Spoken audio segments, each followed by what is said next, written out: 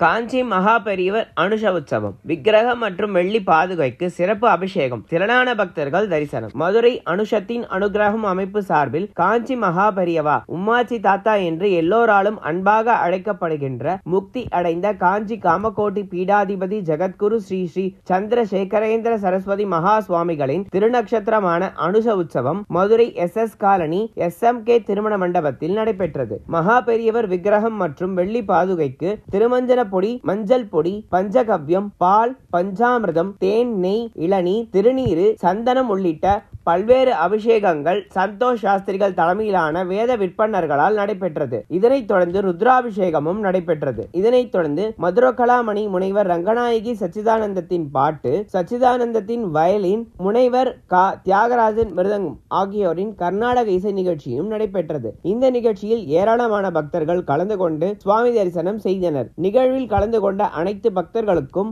பிரசாதம் வழங்கப்பட்டது. இந்த நிகழ்ச்சிக்கான ஏற்பாட்டினை மதுரை அனுஷத்தின் அனுகிரகம் நிறுவனர் நெல்லை பாலு செய்திருந்தார்.